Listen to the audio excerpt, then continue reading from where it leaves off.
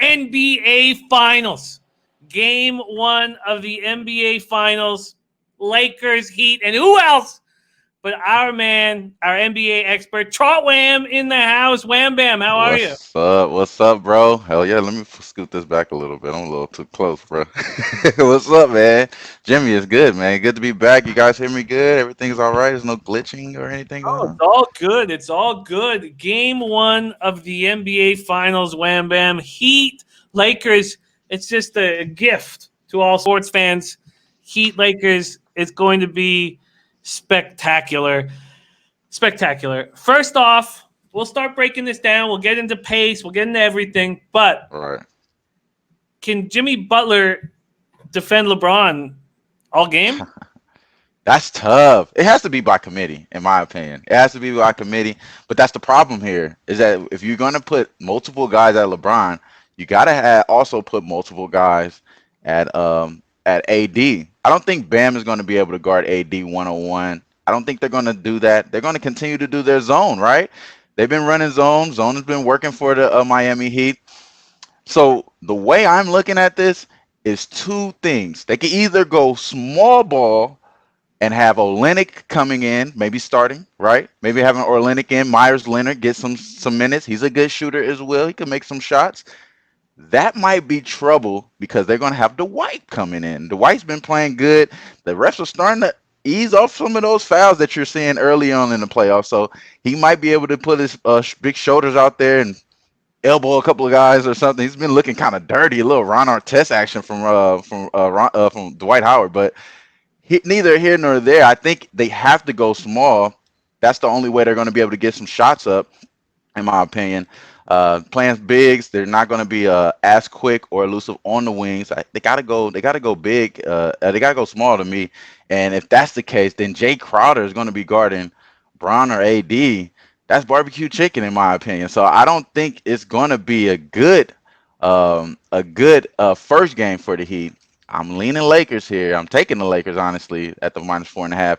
And a lot of that has to do with what they're going to do with this two big lineup, or they're going to go small ball. I think you've seen from the Lakers, they have that Swiss Army knife in AD. He can either do one or the other. Those numbers kind of tell the tale with the Houston series and the Denver series. They went big in the Denver series, and they had to go small in the Houston series. So as far as his numbers in Denver, he shot 54% from field goal percentage. And on top of that, he averaged 6.2 rebounds, 3.6 3-point attempts. So 3.6 3-point attempts. He's shooting threes against Denver because they're going big. And he made one of those threes a game. In Houston, totally opposite. They went small ball. He's not getting two rebounds a game, and he's not getting no more two rebounds against the small ball. So he's averaging 12.4 rebounds in that game, in that series. 58% from the field goal percentage is a little bit closer to the basket.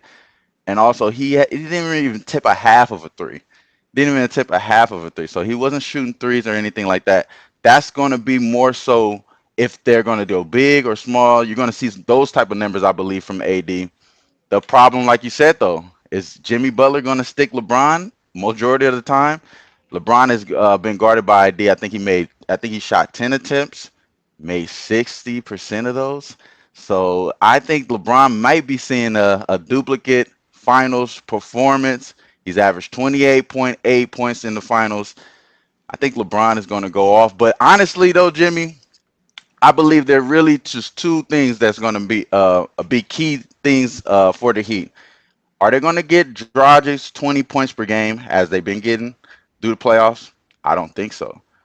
I believe, and this is probably going a little bit ahead because we could talk about this all day. We got a lot of time here, but I believe Dragic has had the easiest playoff out of any player in the playoffs because opposing guards, as far as their defensive guards, haven't been having to guard him. They have to guard other players on the Heat, other guys, and he's been a little bit kind of let off the hook, having to have Kemba Walker guarding him, or even Eric Bledsoe, even making Eric Bledsoe looking good here sometimes. You know what I mean?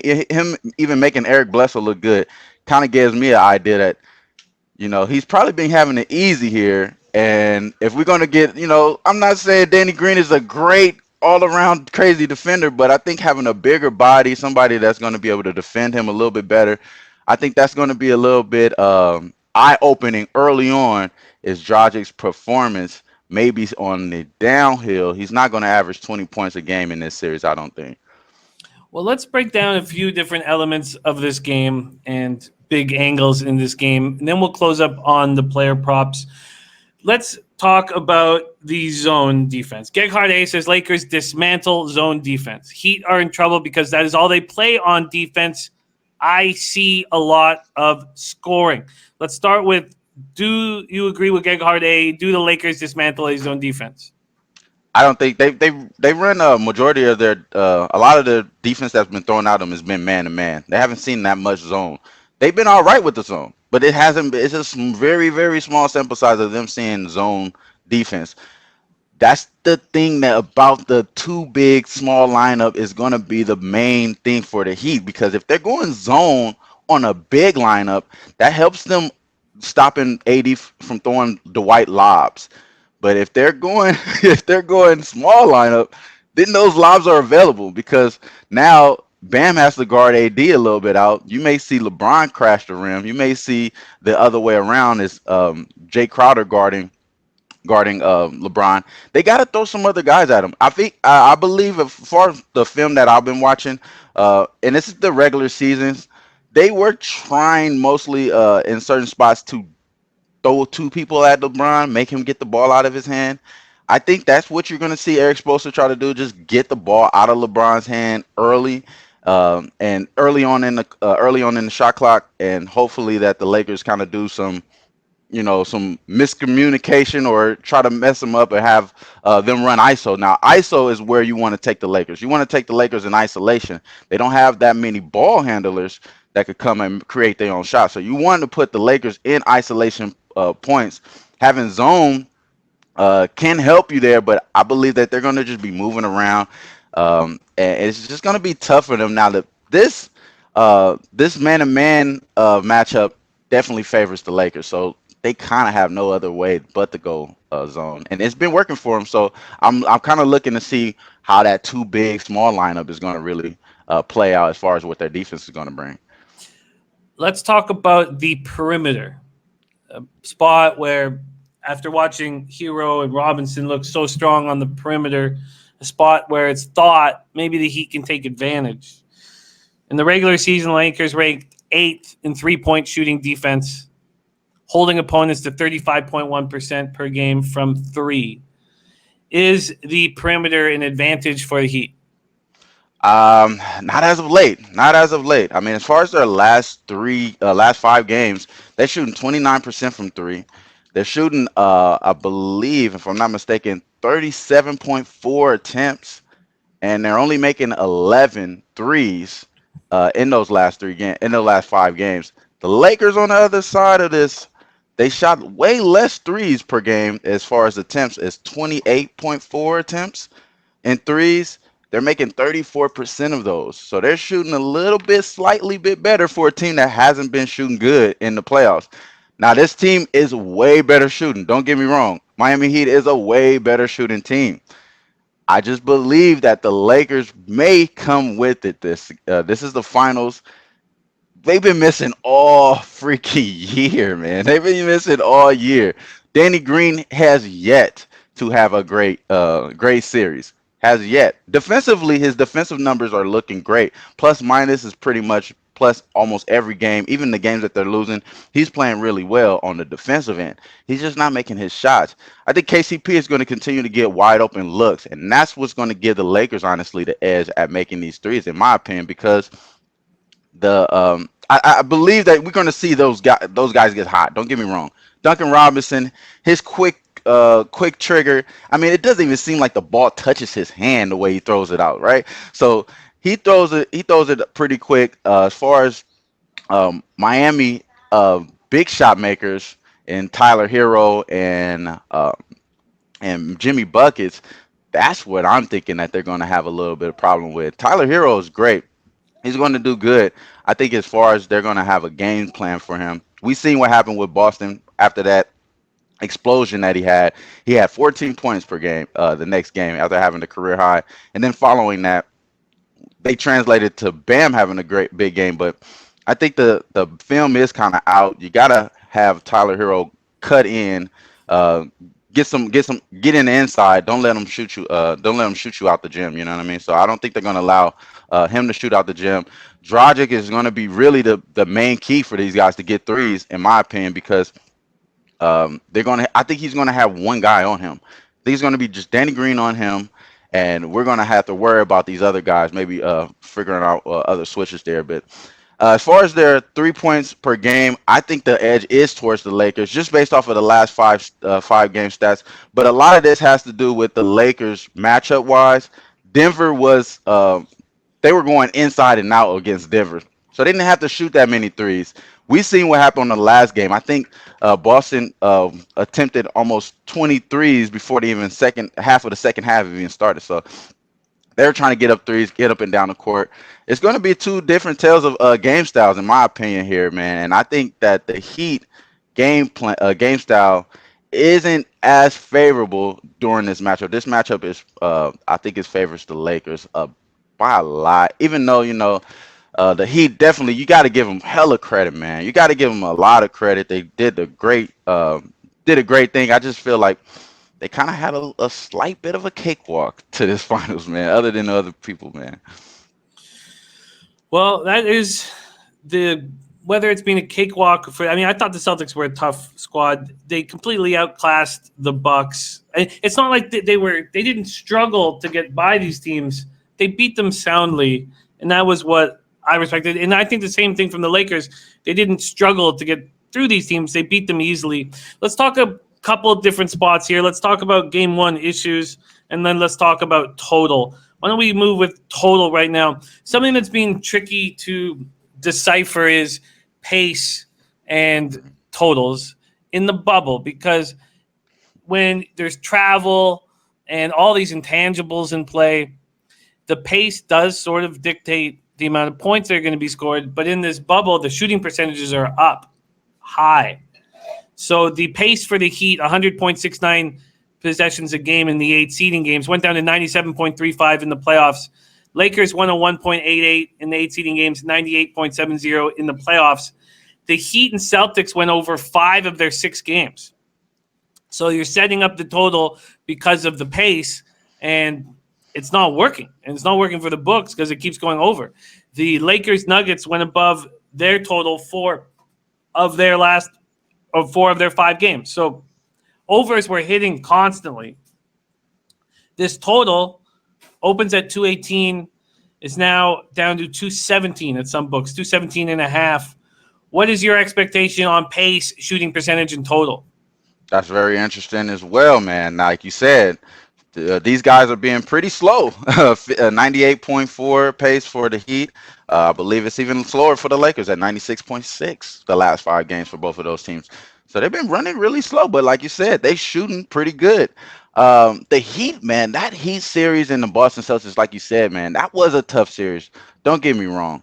It just seemed like they were playing against a better team and they were just coming out and winning it. They're just coming out and winning it, gritting it, having a better coaching. The pace was based off of what they were giving up, though, right? Like they were giving up shots. They were giving up, a lot of threes and they're doing a lot of pick and rolls with Boston. I think you're not going to see that much pick and rolls with the Lakers here. You may see a few of them, but you won't that much. I think they're going to slow this. I think they're going to slow this down, dude, because this is just. It has to be more of a defensive grind rather than it being an offensive grind. Just based off of what the defensive rating is for the Miami Heat, their last 5 games is at 113.8. So they've been kind of giving it up. You know what I mean? They've been giving it up lately. Do you think that they're gonna do you like this is a question for you, Joe Jimmy. Like, do you believe that they're gonna try to outshoot this Laker team, or you think they're gonna just grind it out as they've been doing this whole time? They're gonna just try to grind it out. What do you think, bro? I think they're going to try to win the perimeter battle. So I think they know that they're not really set up to stop AD and LeBron, but their bench is deeper, and the two Dwight Howard, JaVale McGee, some of the tricks in Vogel's bag aren't going to help him in this series. So what Vogel was able to do with Jokic, it's not going to help him at all here. So I can understand people believing in the Heat. I really can't. But the Lakers just seem on a warpath, and what we saw from LeBron in the fourth quarter was a man possessed. And that's what happens when you've been stuck in a bubble for 2.5 months, 3 months. He's invested so much time and energy, and all these guys have. Yeah. But if the Heat were to lose in the NBA Finals 4-2 to the Lakers, it's a huge, successful season for them. If the Lakers lose in the NBA Finals, I mean, you don't want to be around LeBron for the next few months because this has been an awful few months for them, and you need to come out of it with a championship. Captain 24/7 said Heat been on the warpath also, Jimmy. No doubt about it. Both these teams have completely outclassed their opposition. Yeah. If you had a free play to make on a total, we're going to go into game one issues, but if you had a free play to make on a total right now, do you go under or over the number? Let's put it at 217.5. My first initial lean was under. First initial lean was under 218. I was like, man, that may be going under, just based off of the statistical what we're reading here from as far as their offensive rating for the Miami Heat being at 113.4, defensive rating being very close to that as well, 113.8. They've been giving it up as well. I think this team for the Heat averaging, for the last 3 games, they've been giving up opponents 114.3 points per game. The Lakers have been allowing opponents to score 109.7. I think the fast break points for the Lakers is going to probably get this over though. Lakers giving up. The Heat fast break points per game. I had that right here. But they've been giving up a lot of fast break points for, I believe it was almost 22 points per game, fast break points in the series prior. The Lakers averaged 18 points per game in fast break points against this Denver team, and they're trying to go slow. They're trying to go inside out, half court style basketball. They wasn't really going up and down the floor like they were in that Houston series. And that's the reason why you're seeing Kuzma not playing well as well, because he's more like a transitional guy, especially when LeBron on the floor. I think it might go over, bro. I think it might go over. I think the Heat may still have problems turning over the ball compared to what this Lakers team is as far as. And the only thing that's stopping me though, bro, is that and the reason why I'm giving the edge to the Lakers in the game one, just based off of me not knowing if they're going to do small ball or or big ball. You know what I mean? And it's based off of the defensive 3-point rating for the last 5 games for the Lakers. They rank number 1 in opponents' 3-point makes at 9.2, and as far as attempts, they're only allowing opponents to shoot attempts on the 3-point at 27.4. This other team on the other hand, the Heat, they're giving 12 points. 12 3-point makes per game. So that's give you 36 points right there. And they're allowing teams to shoot 35.6 threes a game their last 5 games. So they're letting people shoot those threes. It's just, the Lakers are going to make them. I think the Lakers are going to make them this first game. You're going to see a lot of KCP open. They got to get him involved. He's their shooter now.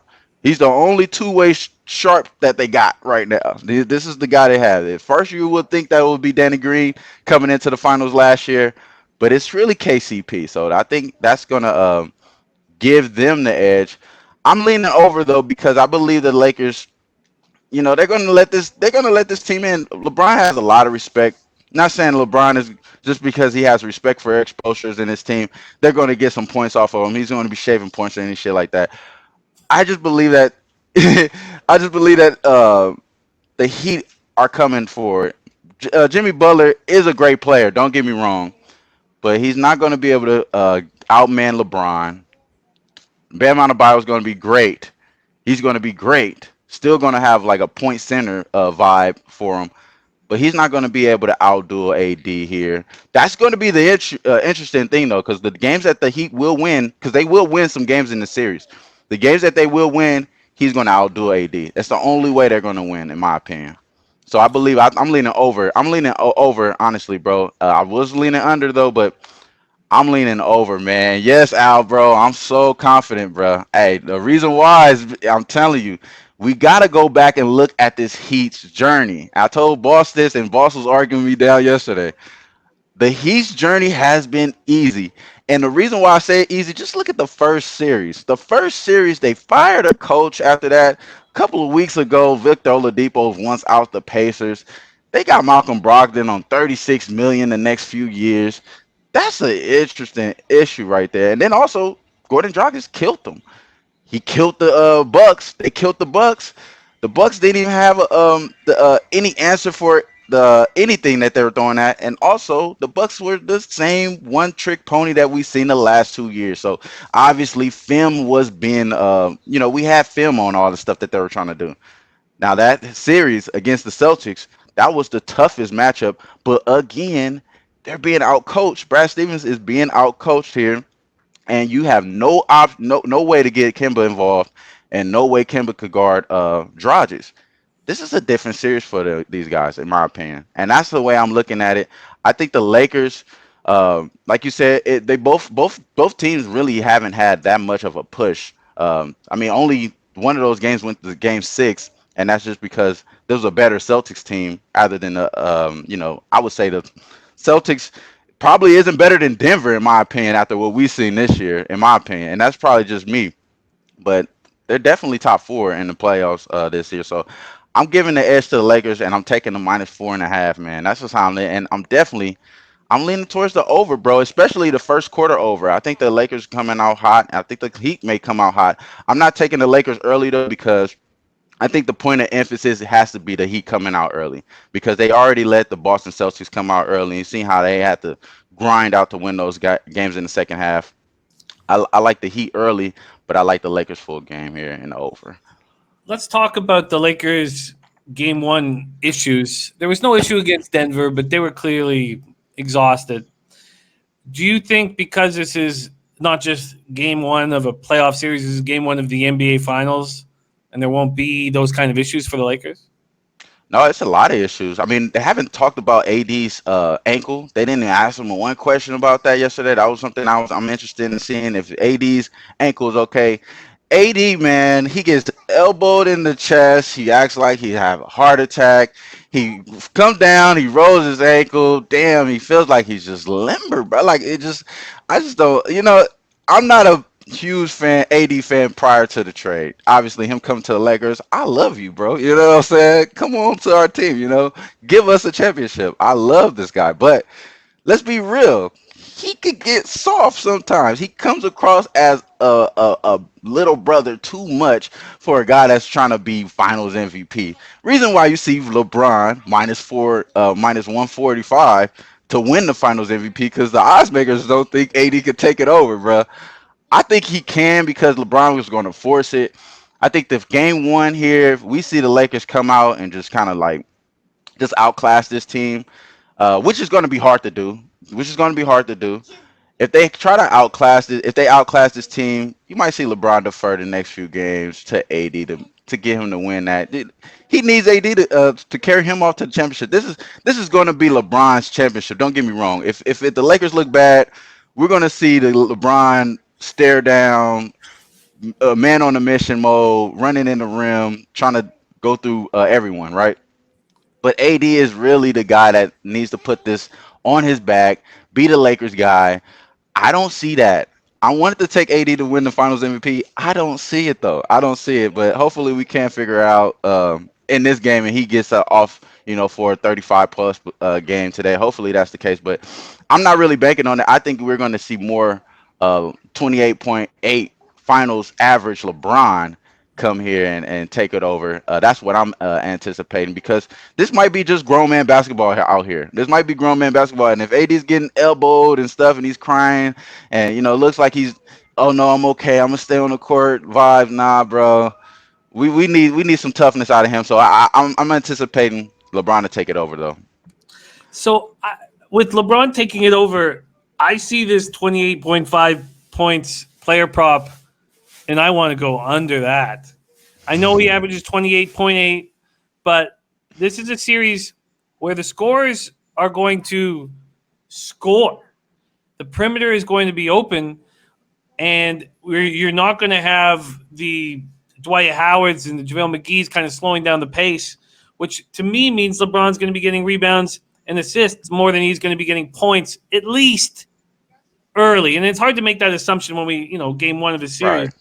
But if we were going to the player props realm, and the LeBron under 28.5 is slightly juiced to the under, what jumps out at you? Kuzma is now at 9.5, Rondo at 7.5, Danny Green 7.5, AD at 27.5. AD is heavily juiced to the over.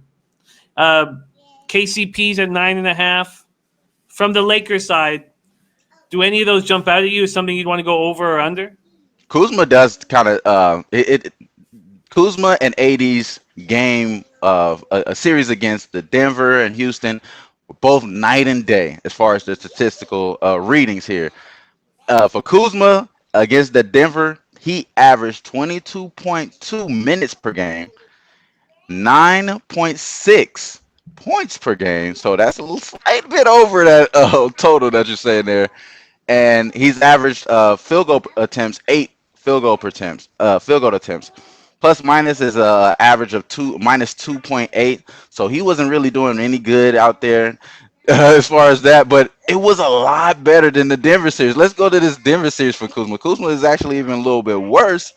I'm sorry. That was his Denver reading. My apologies. That was his Denver's reading. 22 minutes per game, 9 points per game, 9.6 points per game against Denver, and minus 2.5 and 2.8 because Michael Porter Jr. was kind of taking advantage of Kuzma. We seen it, man. Like definitely not on that level of talent there.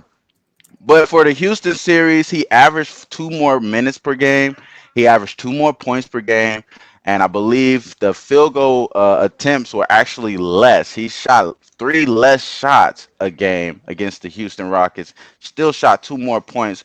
And I believe a lot of that has to do with the small ball effect. Now, small ball is going to help Kuzma's game because now the Lakers can get up and down the floor, run a little bit more transition because they're more of a transitional team. The Lakers want to run out on transition. They want to take advantage of their length and fast, and you know what I mean. They want to take advantage of all their natural gifts, physical capabilities, and that's helping Kuzma if they're doing that.